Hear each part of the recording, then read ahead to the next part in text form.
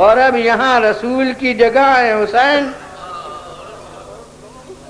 اور علی کی جگہ ہے علی.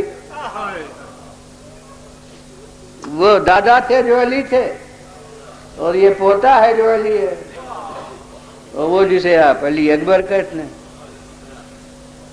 اور تقریباً اتنی ہی عمر ہے جو ہجرت میں ان کی تھی، یعنی وہ میں نے عرض کیا وہ تو مسلم بات کے 23 برس کی عمر تھی. اب جناب علی اکبر مشہور روایت 18 برس اور بہت سے علماء کی تحقیق میں 25 برس.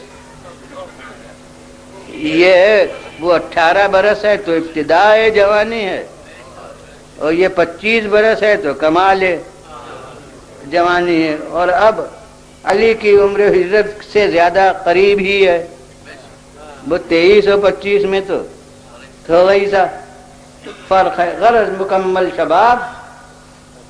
تو اب جو میں نے حضرت علی کے متعلق عرض کیا کہ شباب کے میں انسان بامراد ہوتا ہے اور وہ حسرتیں ہوتی ہیں، وہی سب یہاں. اور اب کب ہے، موقع کون سا ہے؟ راہ کربلا ہے. اور بعض چیزیں ابھی نہیں بیان کرتے، کسی ایک موقع سے سمجھ میں پوری واقعہ اس کے پہلے کے بھی باتیں آ دیتے ہیں کہ اب اس روایت سے محسوس یہ ہوتا ہے کہ راہ کربلا میں یہ باپ کے پاس ہی پاس رہتے تھے کہ ایک دفعہ مولا قربوس نیند پر سر رکھ کے ذرا آرام فرمایا تھا، سو گئے تھے کہ آنکھ کھلی تو زبان پر تھا انا للہ وَإِنَّا إِلَيْهِ رَاجِعُونَ. یہ کلمہ ہے جو مصیبت کے وقت پر قرآن مجید کی ہدایت کے مطابق اہل ایمان بھی زبان پر جاری کرتے ہیں. بس فوراً علی اکبر پاسی تھے، یہ آئے بابا یہ اس وقت اس کلمے کے زبان مبارک پر جاری کرنے کا سبب کیا ہوا؟ اب آپ بتائیں گے آپ نے خواب دیکھا تھا، تو میں بارگاہ حسینی میں عرض کروں گا کہ خواب آپ نے دیکھا تھا تو علی اکبر بیان کرنے کی ضرورت کیا ہے؟ مولانا کوئی جواب دے دیجئے.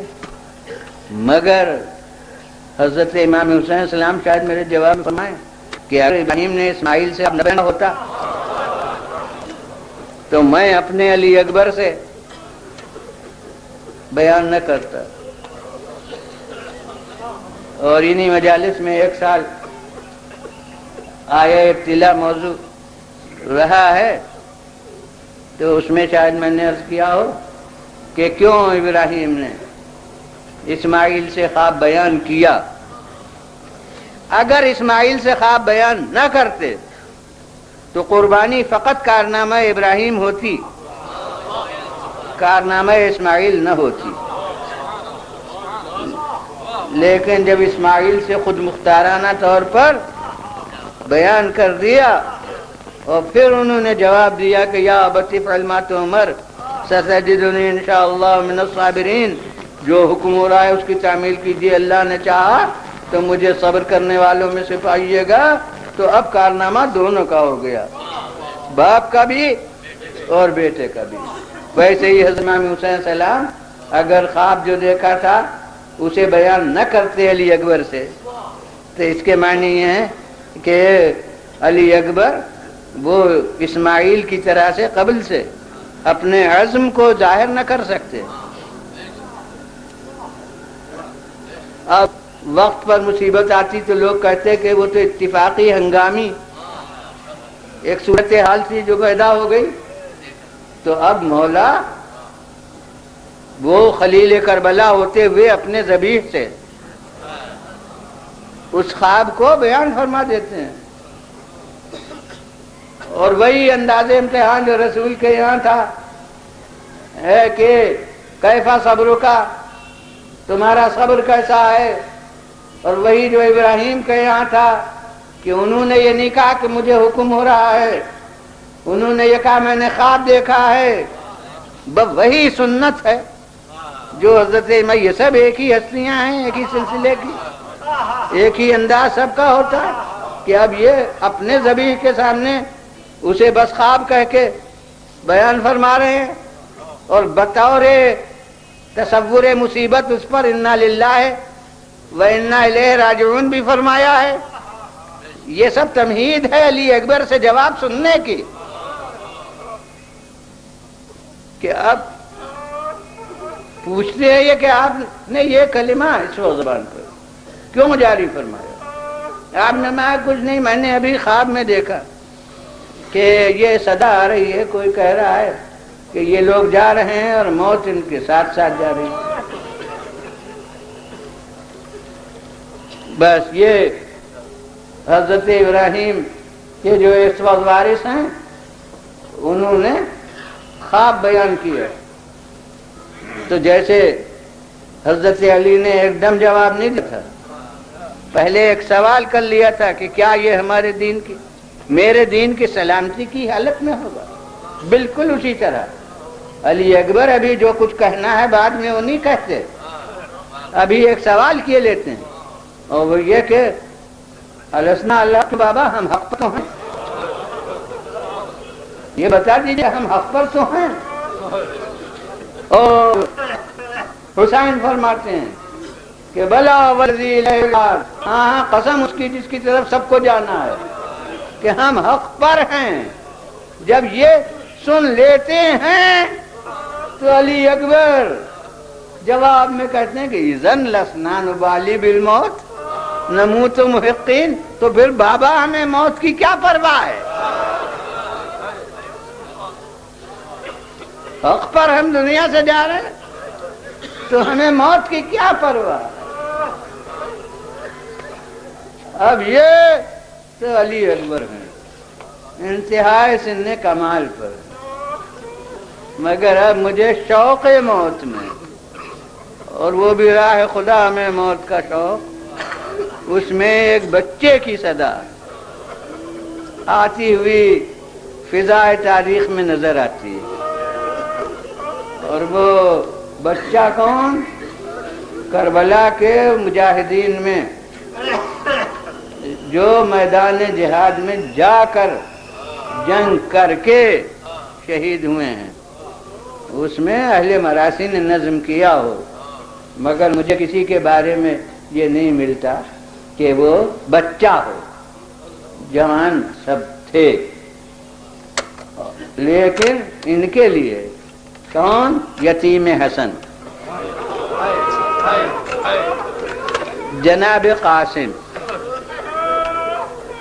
ان کے لیے صراحت ہے کہ لم یبلغ الحلم، یہ حد بلوغ تک نہیں پہنچے تھے، اور مجھے معلوم ہے کہ شریعت اسلام میں 15 برس کی عمر میں بلوغ ہوتا ہے، اس کے معنی ہے کہ 15 برس کی عمر نہیں تھی، چونکہ امام حسن علیہ السلام کی وفات سے کربلا کے واقعے تک 10 برس کا فاصلہ ہے، اس لیے آپ کا کوئی فرزند اس سے کم تو ہو نہیں سکتا۔ اور پھر آخر میں ایک اور شہید کا ذکر ملتا ہے کتب مقاتل میں، جو عبداللہ ابن الحسن ہیں، اور ان کے صورتحال سے ظاہر ہے کہ وہ جناب قاسم سے چھوٹے تھے، تو اس لیے اندازہ یہ ہوتا ہے کہ ان کی عمر تقریباً 13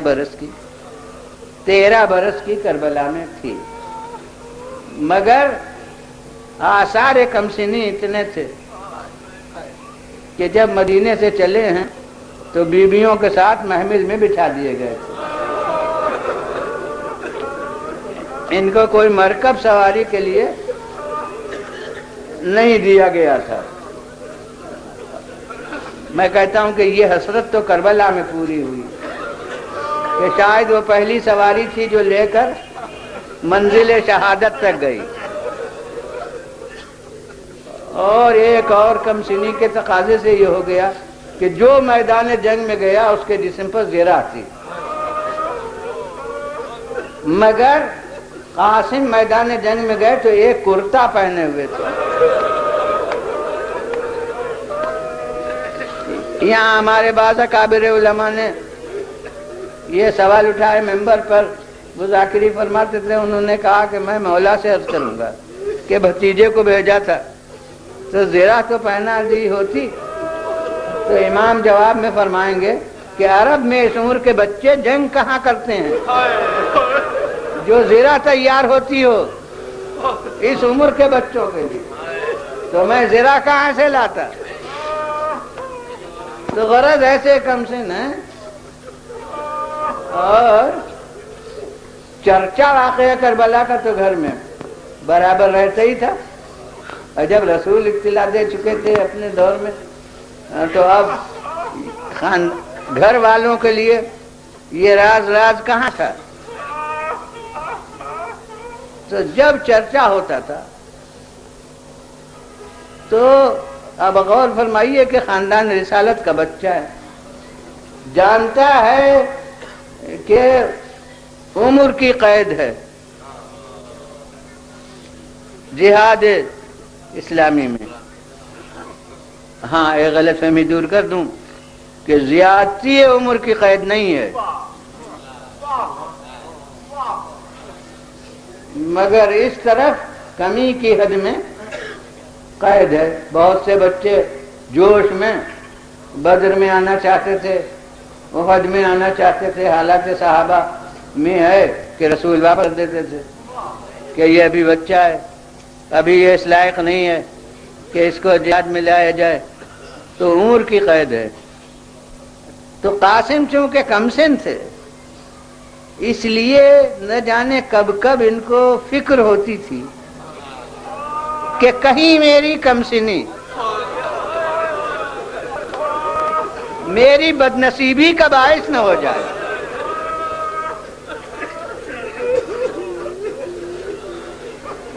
مگر یہ ذکر چھیڑنا یہ خلاف بلاغت تھا، اپنی طرف سے خود اس ذکر کو کرنا۔ جب شب عاشور مولا نے وہ خطبہ پڑھا کہ کل روزے قربانی ہے اور جسے میرا ساتھ چھوڑ کر جانا ہو وہ چلا جائے، اب اس پورے واقعے کو اس وقت عرض نہیں کرنا ہے، اور یہاں تک فرما دیا کہ میرے عزیزوں کا بھی ہاتھ اپنے ہاتھ میں لے لو، یعنی کوئی عباس کو اپنے ساتھ لے جائے، کوئی علی اکبر کو لے جائے۔ اور اگر یہ جملہ نہ فرماتے تو مجھے یقین ہے کہ سب سے پہلے مسلم ابن اوسجا کھڑے ہوتے، مگر چونکہ مولا نے یہ جملہ کہہ دیا تھا تو اصحاب جیسے کشمکش میں پڑ گئے تھے کہ کیا جواب دیں، یعنی مولا نے جیسے ایک کام بھی اپنا سپرد کر دیا، اب کہیں کہ جائیں گے یا نہیں جائیں گے۔ اس رکاوٹ کو دور کیا ابو الفضل عباس نے کھڑے ہو کے، ورنہ اگر یہ جملہ نہ فرماتے تو عباس کو ضرورت ہی نہیں تھی کھڑے ہونے کی، چونکہ امام نے یہ فرما دیا اس لیے اول من قام، سب سے پہلے جو کھڑا ہوا وہ ابو الفضل عباس، اور سب عزیزوں کی طرف سے انہوں نے۔ اور عجیب انداز ہے کہ عزیز بھی سب آواز میں آواز ملا رہے تھے۔ تو کہا کہ یہ مولا آپ نے کیا کہہ دیا، آپ کا ساتھ چھوڑ رہے اس لیے کہ زندہ رہیں؟ خدا کی قسم وہ زندگی ہمیں موت سے بدتر ہے جو آپ کا ساتھ چھوڑ کر ہو۔ تب اصحاب نے سب نے اپنے اپنے تصورات پیش کیے کہ یہ تو ایک دفعہ کا مرنا ہے، 70 دفعہ مارے جائیں اور جلائے جائیں پھر بھی تمنا یہ ہوگی وہ پورا عرض نہیں کرنا ہے، مگر اپنے موضوع کی مناسبت سے ایک فقرہ یہاں کہوں گا کہ خدا کی قسم یہ زندگی دنیا جیسی کربلا میں ذلیل ہوئی ہے ایسی کبھی ذلیل نہیں ہوئی۔ مولا ان کی زندگیاں واپس کر رہے تھے کہ مجھے تمہاری زندگیوں کی ضرورت نہیں ہے، اور وہ پھر قدموں پر ڈال رہے تھے کہ ہمیں بھی اس زندگی کی ضرورت نہیں. ماشاء اللہ حضرکم اللہ. بظاہر تو ابھی مصائب کو نہیں بیان ہوئے تو ارباب اعضاء اب یہ جب ذکر ہو چکا تو اب جیسے بات وہ چھل گئی. تو اب عباس نے کچھ نہیں پوچھا, وہ خود پیشکش کر چکے کہ ہم نہیں ساتھ چھوڑیں گے. علی اکبر نے نہیں پوچھا, مگر اب قاسم کھڑے ہو گئے. اب جیسے مدت کا جو اپنا تردد تھا اس کے دور کرنے کا موقع مل گیا, اور انہوں نے پوچھا کہ یا اے چچا, کل یہ سعادت ہمیں بھی نصیب ہوگی.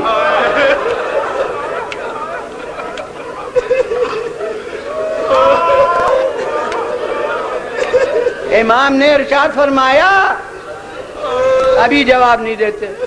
ایک سنت ہے, وہاں رسول سوال کر رہے ہیں, علی ابھی جواب نہیں دیتے, خود ایک سوال کیے لیتے ہیں.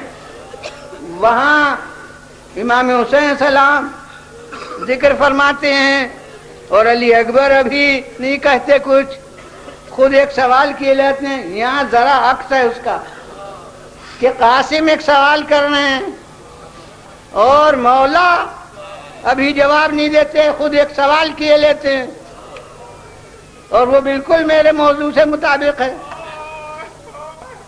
انہوں نے پوچھا کہ کل سعادت ہمیں بھی ملے گی, مولا ابھی جواب نہیں دیتے کہ کوئی یہ نہ سمجھے کہ بچہ ابھی اصل نوعیت کو سمجھا نہیں ہے, کم سنی میں ایک بات پوچھ لی ہے تو ابھی جواب نہیں دیتے. مولا سوال کیے لیتے ہیں کہ یا بنیا کیف الموت عندک, اے بیٹا یہ تو بتاؤ کہ موت تمہارے نزدیک کیسی چیز ہے, تمہارے نزدیک موت کیسی چیز ہے. لیجئے امام کا سوال ہے اور امتحانی ہے. خدا کی قسم فلاسفہ کا کلام ہم نے دیکھا, مگر یہ حقیقت جو قاسم نے بتائی ہے یہ فلاسفہ کے کلام میں نہیں ملی. ہاں اب آپ بھی میرے ساتھ غور کر لیجئے گا کہ قاسم کے جواب سے کمسنی ٹپک رہی ہے. کوئی بوڑا یہ جواب نہیں موضوع ہے اس پر, مگر حقیقت وہ بتائی ہے جو فلسفیوں نے نہیں بتائی. کسی نے موت کا مزہ نہیں بتایا, اور جس نے بھی بتایا ہے وہ تلخ بتایا ہے. لیکن مولا نے جو جواب دیا بالکل کمسنی میں ڈوبا ہوا جواب کہ قاسم کہتے ہیں یا امی اعلی من العسل, ارے اے چچا وہ تو شہد سے زیادہ میٹھی تھی. بس ارباب اعضاء پتا چل گیا کہ شہزادے کو شہد بہت پسند تھا. کہا اے چچا وہ تو شہد سے زیادہ شیریں چیز ہے. اب مولا نے جواب دیا. بس اب شاہ یہی اجزا ہے کہ جس پر مجلس کو ختم کروں گا کہ حضور صاحبان فہم غور کرے کہ جو چیز وجہ تردد ہوتی ہے اس کی قوی تر مثال پیش کر دی جائے تو اطمینان ہو جاتا ہے. کیونکہ میں نے جیسا پس منظر عرض کیا ہے اس سوال و جواب کا, وجہ تردد کمسنی کا تصور تھا کہ میں بچہ ہوں, اس لیے مولا کو اطمینان دلانا ہے. تو فرماتے ہیں اے قاسم, ارے کل تو وہ دن ہے کہ تمہارا کیا ذکر ہے, تمہارا ننھا بھائی چھوٹا بھائی علی اصغر وہ بھی اس سعادت کو حاصل کرے گا. بس ارباب اعضاء اب آگے نہیں بڑھوں گا. قاسم کو اپنے بارے میں تو اطمینان ہو گیا, لیکن علی اصغر کا جو نام لیا ایک دفعہ قاسم کا ذہن اور طرف چلا گیا. کہنے لگے کیوں چچا, کیا یہ اشقیاء خیمے کے اندر آ جائے؟